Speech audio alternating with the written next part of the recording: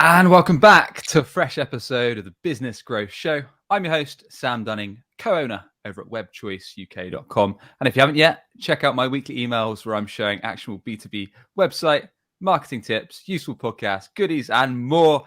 Keep your week off with a bang. Give it a shot over at businessgrowth.email. So joining me today, I've got James Church. James is author of the Amazon best-selling book, Investable Entrepreneur. And he's also co-founder over at Robot Mascot. James, welcome to the show, sir. Hey, how are we doing? Yeah, good. Thanks for having me. No problem, man. So we're going to be talking exactly how you can raise investment for your company. With 2023 on the horizon at the time of recording, it's probably going to be something on a lot of businesses' minds, especially ones that have perhaps reached a certain point of growth, or maybe they need some cash to get to the next level. And it's a fresh topic for the show. So looking forward to diving in, sir. So as always, let's not beat around the bush. First and foremost, James, why should a company be seeking investment? Yeah, well, the truth is, not every company should. It needs to be the right type of company. You need to have big ambitions. You need to be wanting to grow kind of a multi-million-pound enterprise. You have ambitions to kind of take on the world. You want to build a massive legacy, a big business with a huge amount of revenue and potential. So what we're not looking at with most investors aren't looking at investing in kind of a small lifestyle business with a team of sort of 5 to 10 people that you're going to work at for the rest of your career and perhaps sell when you retire.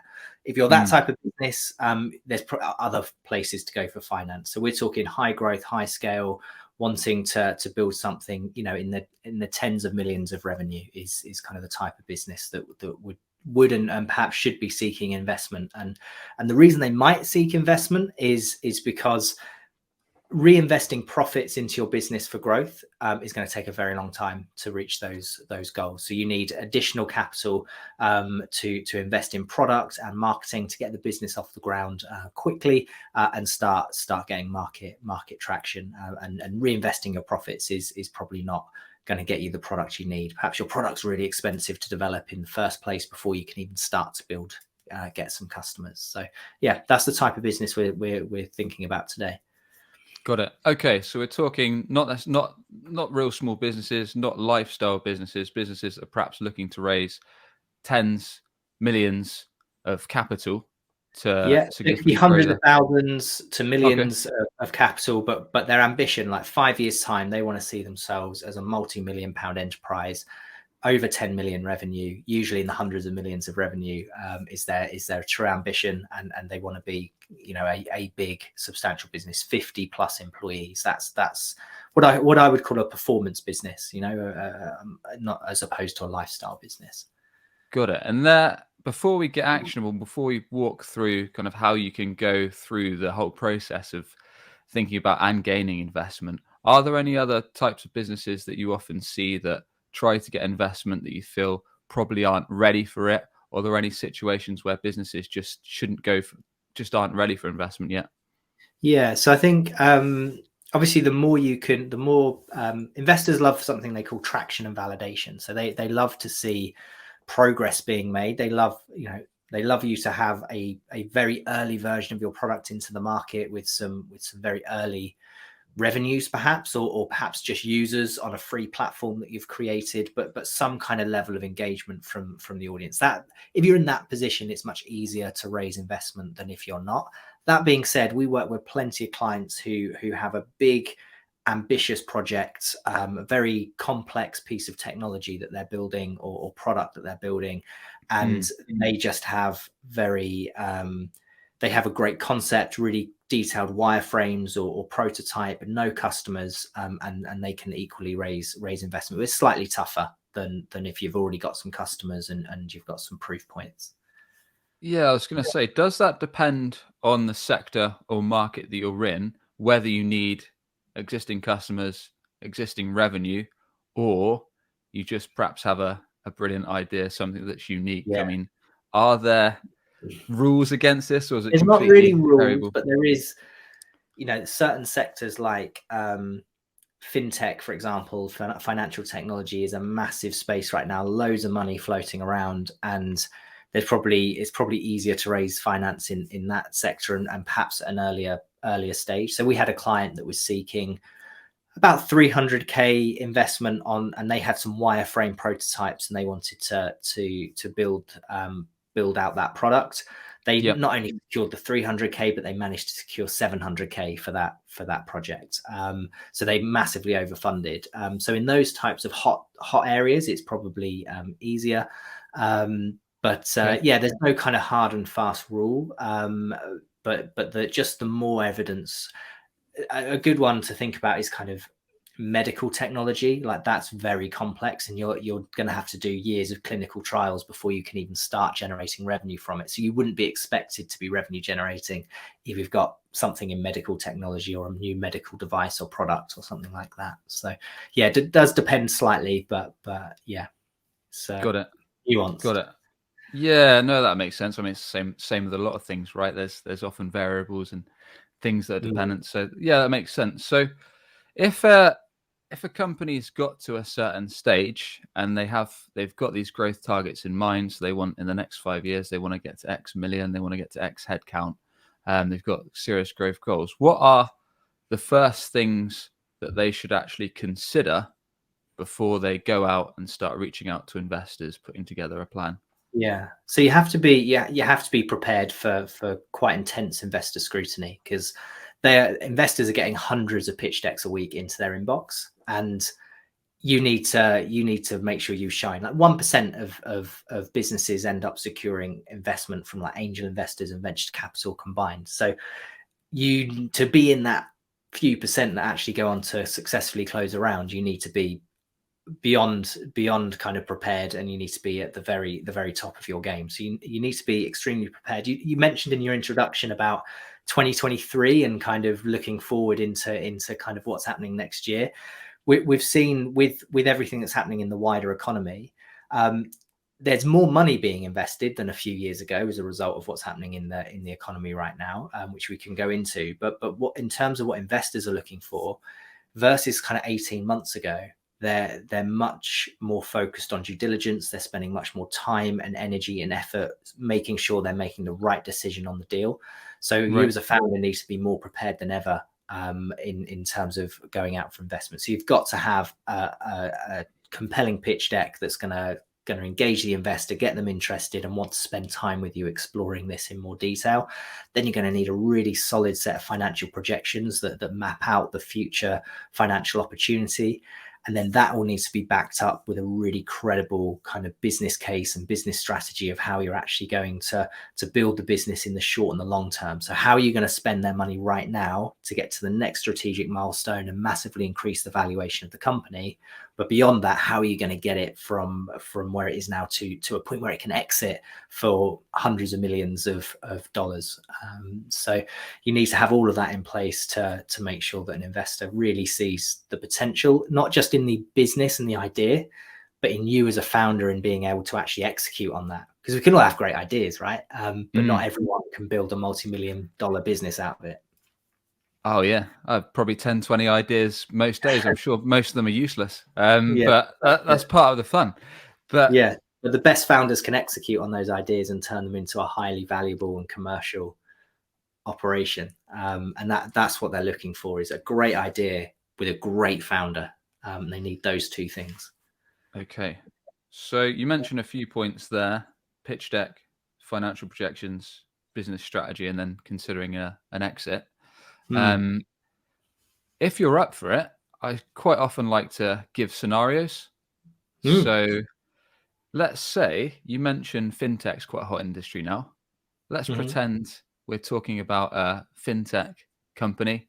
Cool. Perhaps they've got a brand new concept that's not seen before, and maybe, like you mentioned there, they're building some kind of SaaS fintech solution that's got some kind of unique proposition on the market, and the founders strongly believe that in the next 5 years it's going to kind of break through. They're going to be 50, 100 staff plus, and they can kind of start turning over in the millions. So they've got this great solution for their fintech offering. What do they need to do in this case to actually, is the first thing that they need to do now they've got this concept, build out the pitch deck? Is that like one of the first things they should Yeah, consider, or? that's probably the last thing actually that you would do. Okay. Assuming you've got a certain level of sort of validation and traction to prove, firstly, to yourself that this is worth your time and effort pursuing. You've got some early evidence, whether that be surveys, focus groups, industry experts, kind of validating that this is a concept that could work and could fly. Ideally, contracts signed with potential customers or a waiting list or actual users on something you've built as an early prototype, but you've got some level of evidence that suggests this is a goer. Once you've got that in place and you're pretty confident, it's beyond kind of a sketch on the back of a fag packet or an idea you had with your mate down the pub. It's kind of got some legs and you've done some initial research to suggest it's worth pursuing.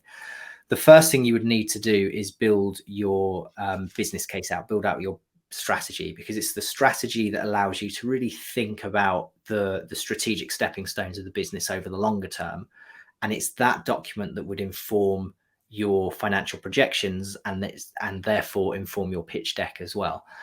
So without that in place, you can't really build a credible set of assets. So it's strange when you build out these assets I talk about. You start with the business plan, then you would build out the financial model, and then you would create the pitch. The order in which you then present them to the investor is you pitch first. They're interested in the pitch, so they look at the financial model. If they like the financial model, they'll go into the detail of the business plan. So you kind of create them in reverse order to which the investor would see them, because they will have to tell the same story. And the pitch deck is basically a summary of the other two documents. And the financial projections is built upon the assumptions in the business strategy. So to make sure they all connect and all stand up to investor scrutiny, you have to build them in that order. So it's business plan, financial projections, pitch materials. 100% always results in the best outcome for the pitch and the best outcome for the forecasts. So in terms of this strategy or business plan, are there any key elements that must go into this? Yes. So quite a few, but at a top level, there'd be, what have you achieved to date? What have you done so far with the capital you've invested, either yourself or through early investors, or lack of capital you've had so far? Like, what have you been able to achieve with this concept? You want to talk about progress. You'll want to talk about the market opportunity. So the problem you see in the market and the size and the scale that market could be. How big a market share could you potentially get in that market based on all external factors like the competition and the current economy and legal factors that might give you an advantage, looking at the potential risks in the market, but also the potential opportunities. So everything around the kind of market opportunity and market potential. Your implementation strategy. So now we understand all of this stuff. How are we going to get from where we are now to where we want to be in the future? So that should be split into short and long term kind of thinking. Exit multiples and research around kind of what kind of exits do we get in this industry?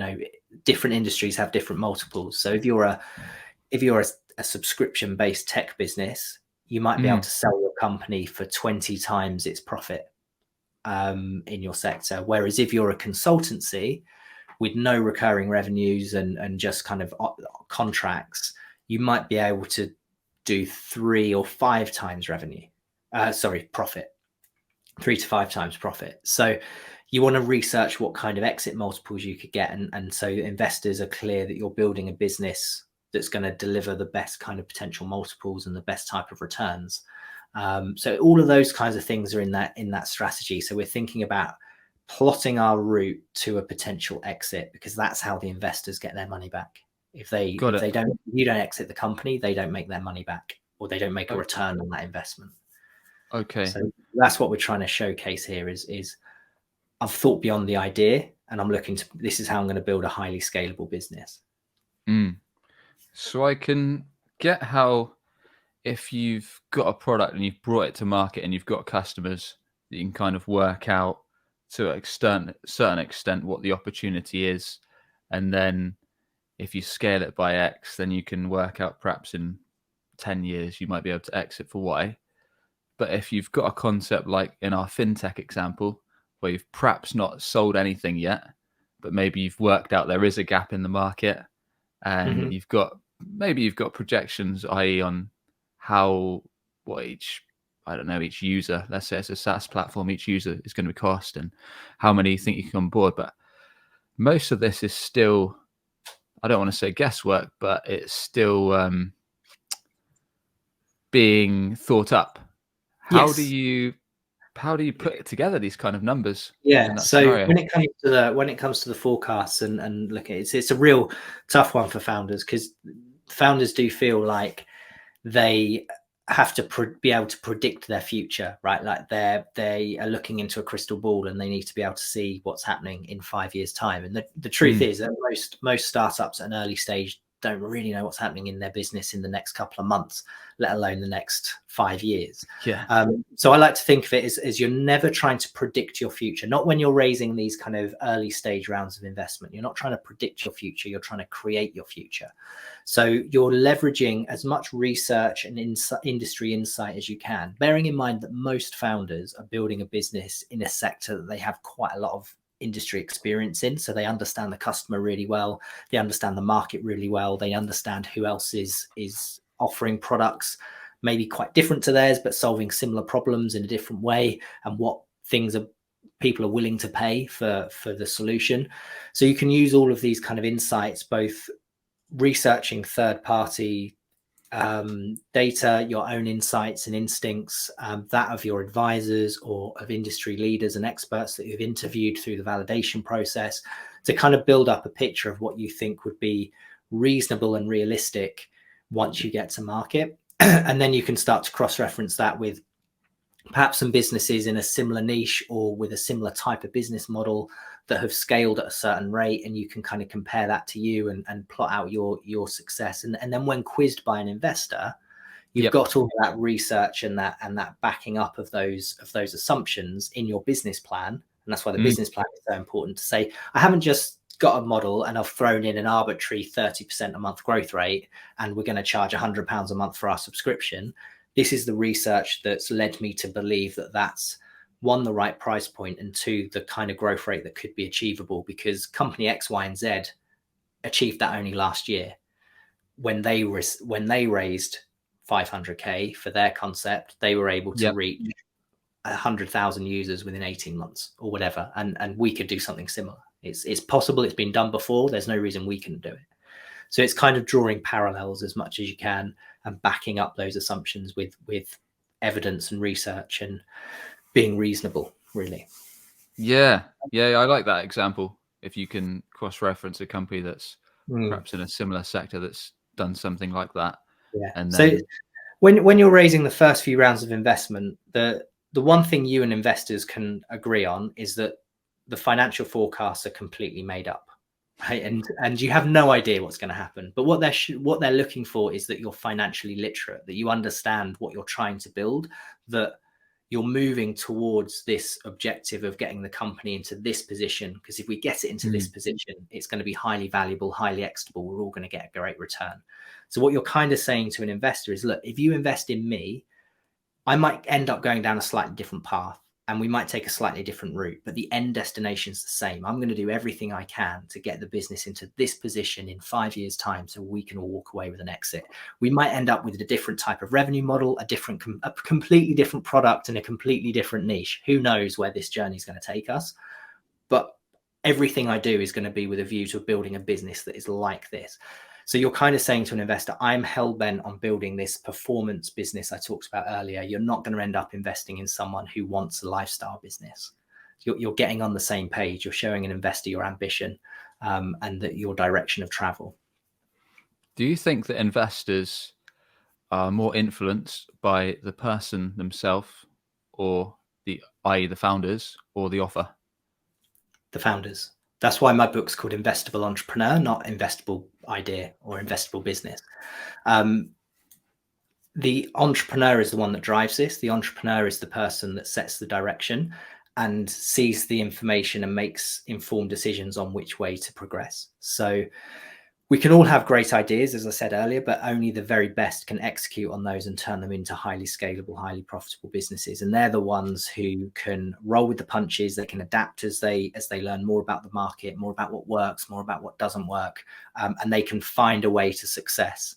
And investors of an early stage concept are very aware that the thing that they end up exiting, the business they end up exiting, is probably going to be a million miles away from the one originally pitched to them.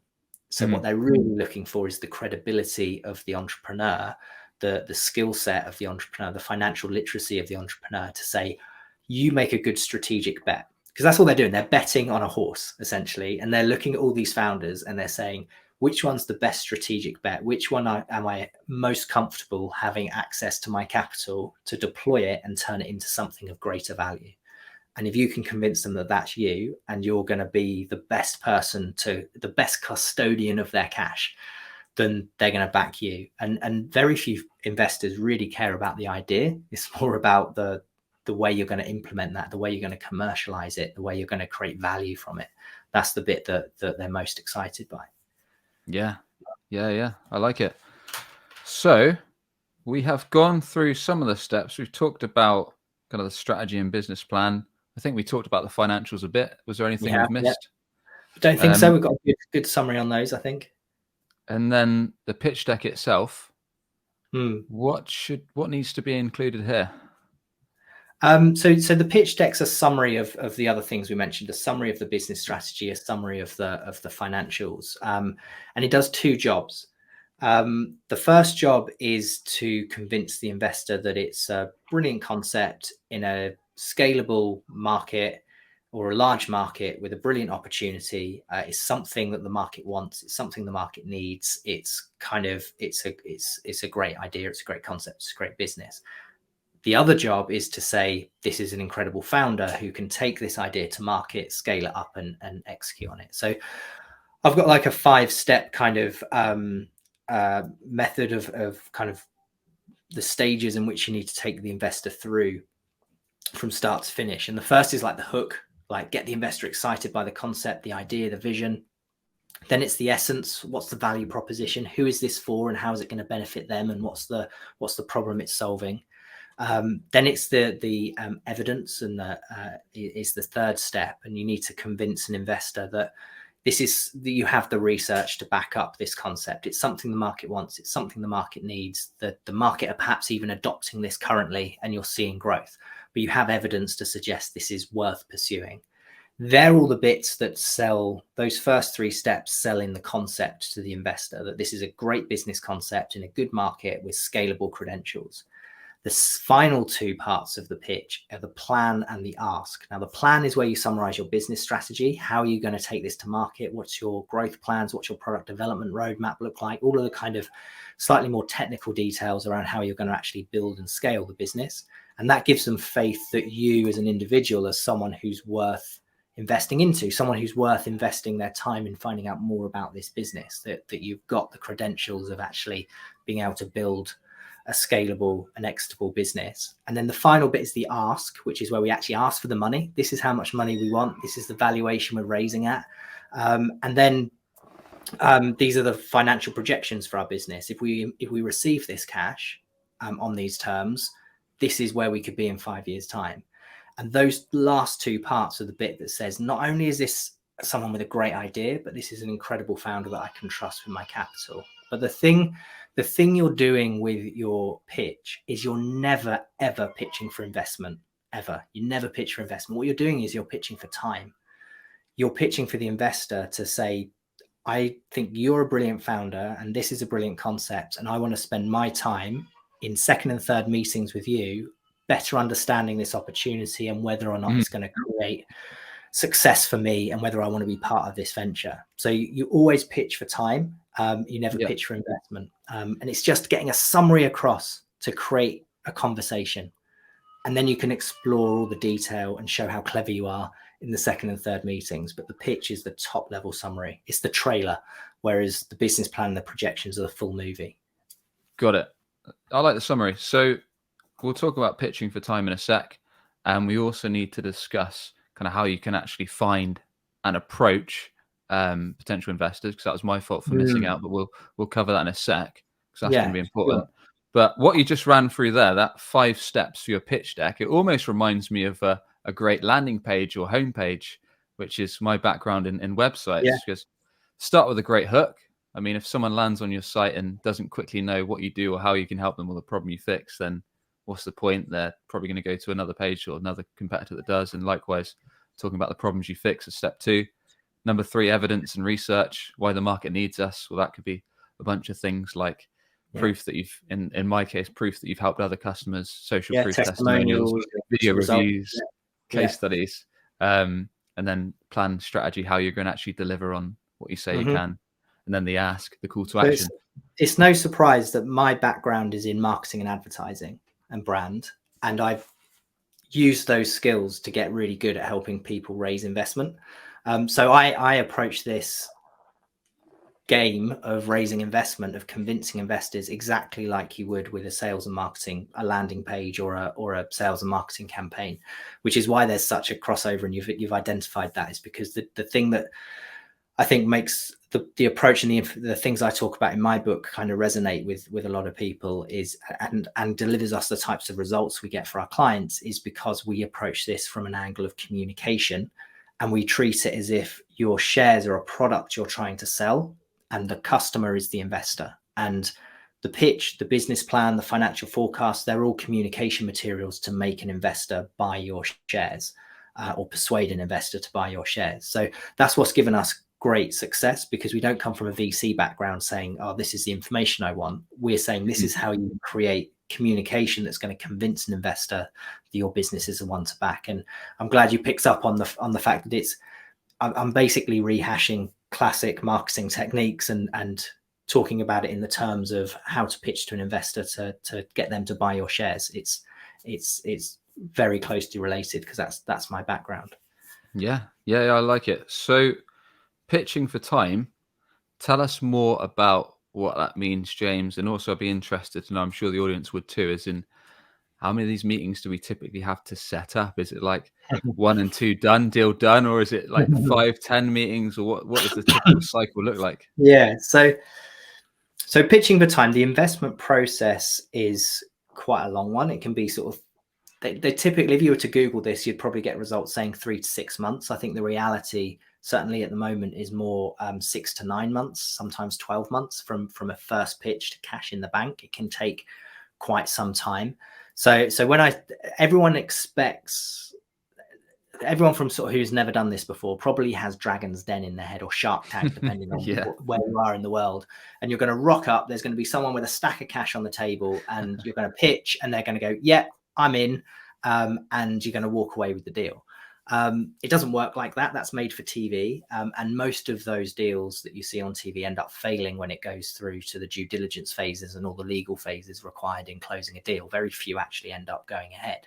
And you don't see that bit. So what actually happens is you pitch to an investor, and that might be a formal pitch with a presentation, or it might be a conversation in a coffee shop, but you're going to explain your concept to an investor and get their interest. That's the initial pitch. You're pitching for their time. You're saying to them, this is a great concept. I'm a great founder. I'd love it if you were to commit some time to finding out more and finding out more about this opportunity. That's what you're trying to achieve. Your objective of that first pitch is to get them to agree to a second meeting where you can send them your financial forecast, send them your business plan, and start to talk things through in more detail. After that second meeting, there'll probably be a third and a fourth meeting, and they'll continue to converse with you. They'll continue to analyze your figures and your strategy.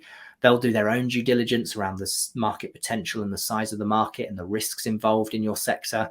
And if after there's an opportunity for them to drop out at any point along this journey, but if you get all the way through their kind of process of doing due diligence and the conversations, you will then be in a position where they will commit to investing a certain amount of money in your business, which may be the whole round that you're looking for. Let's say we're raising 500K.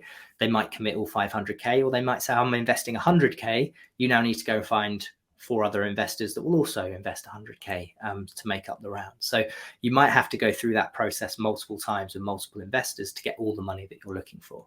So when I say pitching for time, it's literally that. You're pitching for them to want to book a second meeting, more of their time.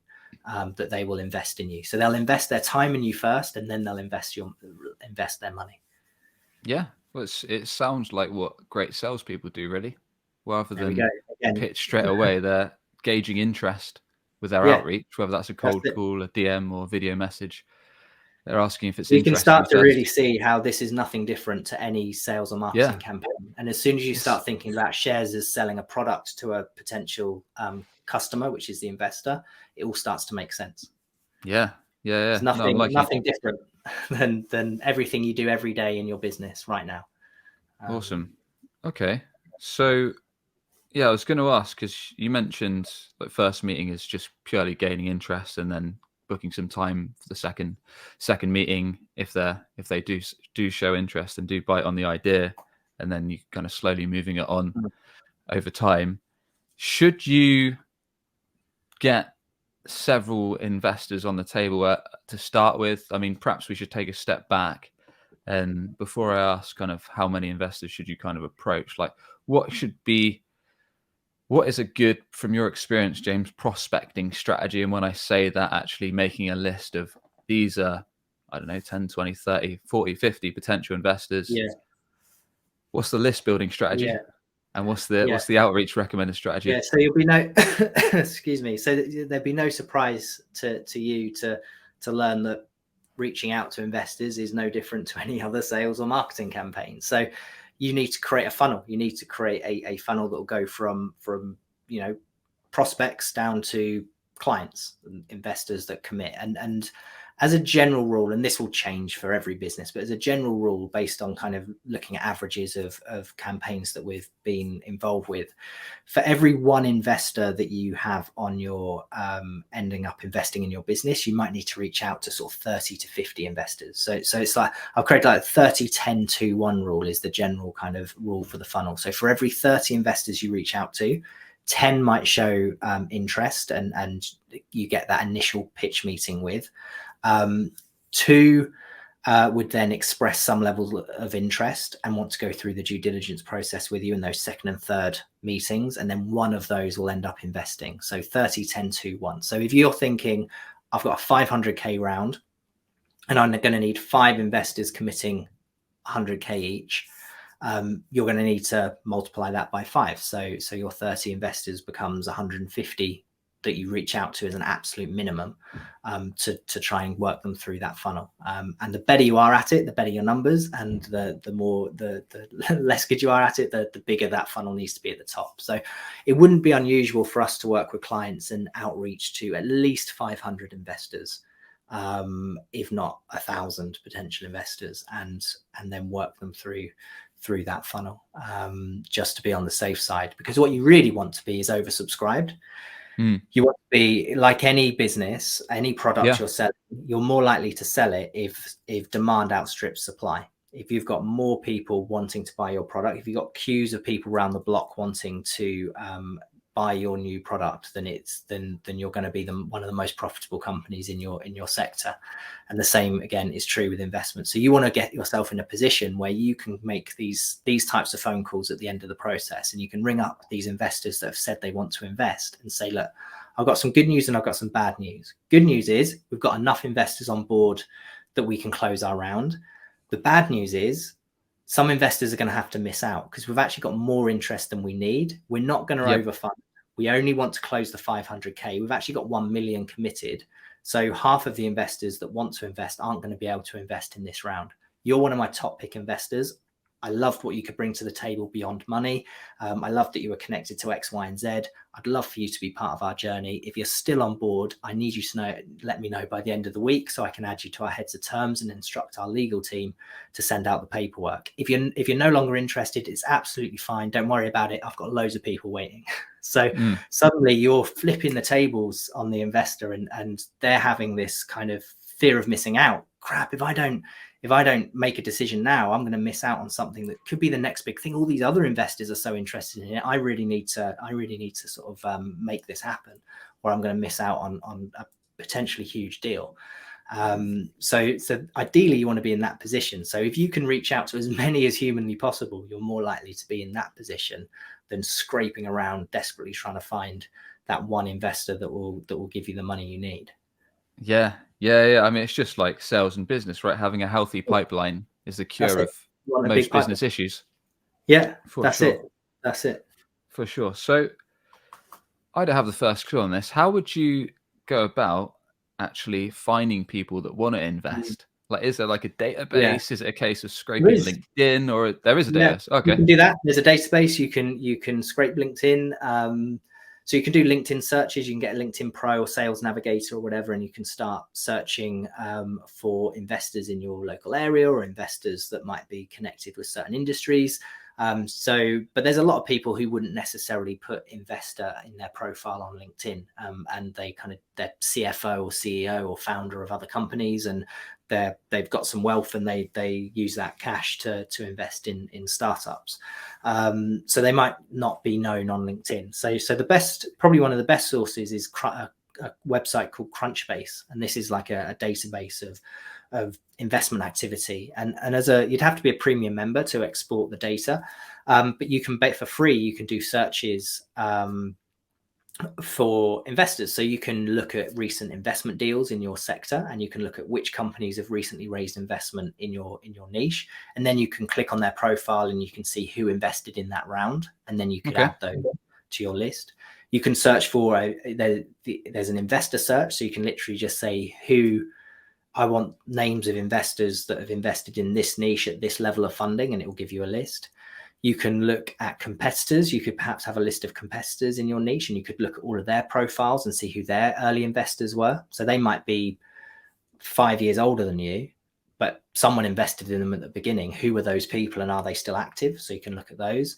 And my personal favorite is you can look at recent acquisitions and mergers in your niche on Crunchbase. So you can look at who's recently sold their business in my niche, and you can contact their investors, and you can contact the founder themselves. You can say, these people have literally just made a ton of money from your sector by investing in a company just like yours.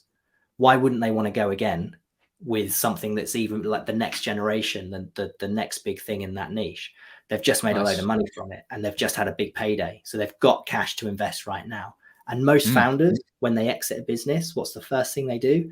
Start investing in the next crop of founders, because they don't know what to do with these tens of millions of dollars that have just landed in their bank account. So they start angel investing. So you can use all of those tactics on Crunchbase to build a list of potential investors in your niche. Got it. Okay, and no, that's helpful in terms of building that list, and I'm sure Crunchbase, like you said, and perhaps LinkedIn and a few other Crunchbase, tips. LinkedIn. There's Grit.io is another one. There's quite a few out there that you can use. Awesome. And then in terms of just like sales, there's tons of ways you can prospect, right? Video message, cold call, cold email, LinkedIn message, the list goes on.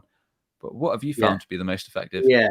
So there's a few different approaches. The first is good old LinkedIn connection, but don't try and pitch in that LinkedIn connection. Just connect with them, probably say nothing, and then just start engaging with their content and posting your own insightful content about the progress of your business, and start to just build a relationship. Most angel investors want to kind of feel like they know, like, and trust the founder that they're investing in. So the chances of them engaging with you, if you do a LinkedIn connection saying, I'm looking to raise investment, this is my sector, here's a link to my pitch deck, do you want to connect? Then more than likely going to say no. So if you just connect with them and just take it slow, and build up a relationship, and then start to reach out to them, that can work really well. Obviously, there's the classic kind of LinkedIn prospecting type approaches. There's cold outreach, but in terms of email. But the best way to do that is with some kind of element of personalization. So doing some social listening, maybe checking out their profile and seeing what they've recently posted or tweeted about, and kind of referencing that in the intro. So you're making it very, very obvious that they've been personally targeted because you believe that they have an interest in your sector and your niche. What else? Introductions. So if you can leverage your current network to get introductions to anyone on that list, that's by far the best way. Investors will always have time for an introduction, more than a cold outreach. So yeah, they're the kind of the top ones, really. I think there's loads more we could talk about, but I'm just conscious of boring your audience and taking up too much time. No problem at all. let's wrap it up though. I think we've gone through the full cycle pretty much, but what I do want to cover is negotiation, because I'm sure that Yeah. comes up, i.e. investors want more stake than you're willing to give Hmm. for maybe less cash or more cash than you're willing Yeah. to part with. So Yeah. let's to wrap things up, let's talk about That final how sort of to closing deal deal. with tough negotiations and how to close deals out. Yeah, it's really difficult, right? So investors will always disagree with whatever valuation you put in your pitch.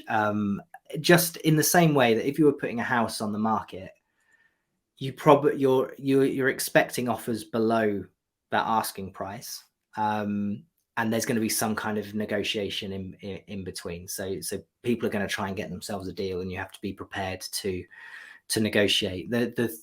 When investors look at your valuation, what they're really doing is weighing up risk versus reward, and they will do through their due diligence and their research. Once they're decided to invest time in exploring this opportunity, they'll come to a conclusion on what they believe your valuation needs to be for them to get the types of returns that they would need to get from the capital they invest in you. In order for them to want to commit to investing that time in figuring all of that out, they need to know that you're within a kind of a negotiation tolerance, within an area that's worth their while. So let's say, for example, you've got a business and you're valuing it at 20 million and the investor thinks you're worth 6 million. There's absolutely no way of bridging that gap. That's a too big a gap. You might be able to convince them to invest at 8 million, maybe even 10, but they're never going to get to 20. So they are looking for you to have a valuation in your pitch that suggests to them that you're within the right tolerance for them to invest the time and start figuring this out.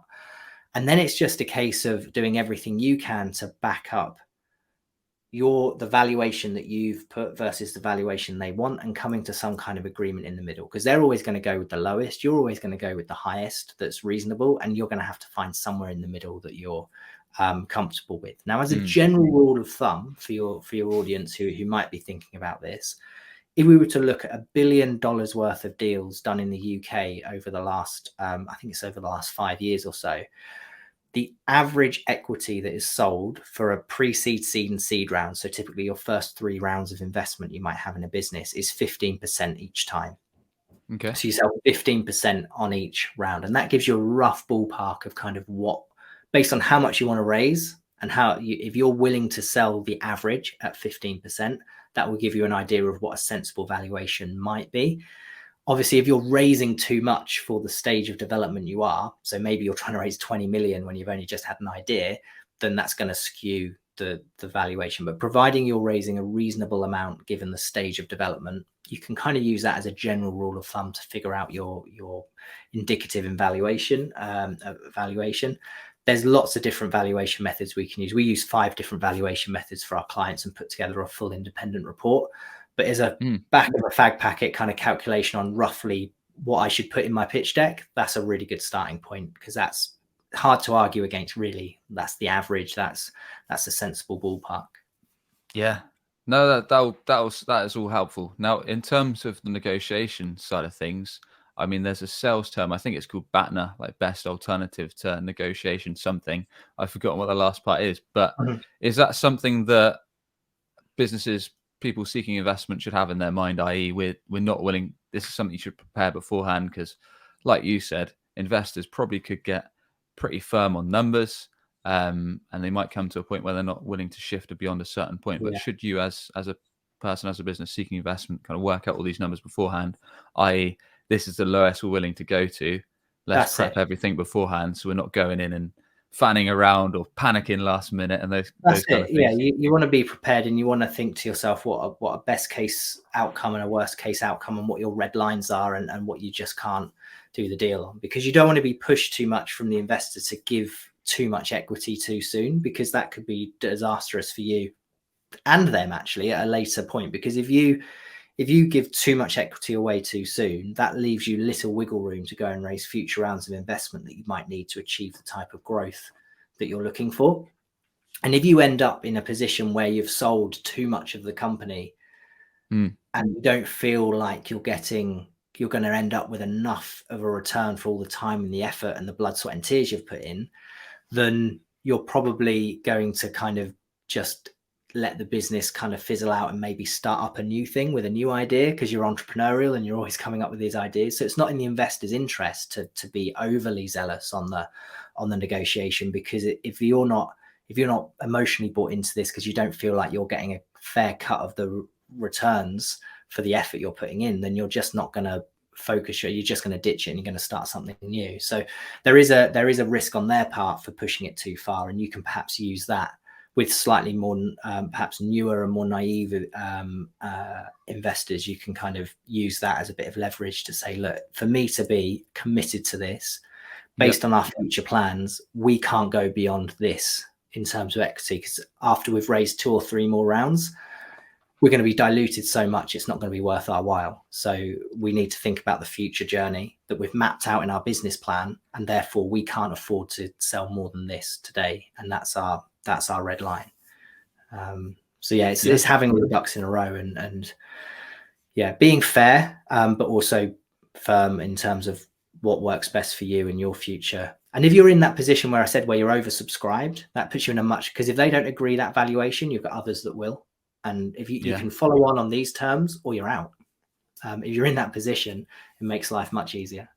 Definitely. Yeah, that's the best place to be. James, with that said, sir, thank you very much for coming on the show. Appreciate you sharing your wisdom on all things investment. Thank you. No worries at all. Appreciate it. So with that said, please do tell us more about how everyone tuning in can learn more about yourself, your company, and any way you want to send our audience. Yeah, so I think the best thing for them to do, if you're listening and you're thinking, I might be looking at raising investment in 2023, and I need to make sure I've got all my ducks in a row, and I need to make sure I'm prepared enough. Go to pitchready.co.uk.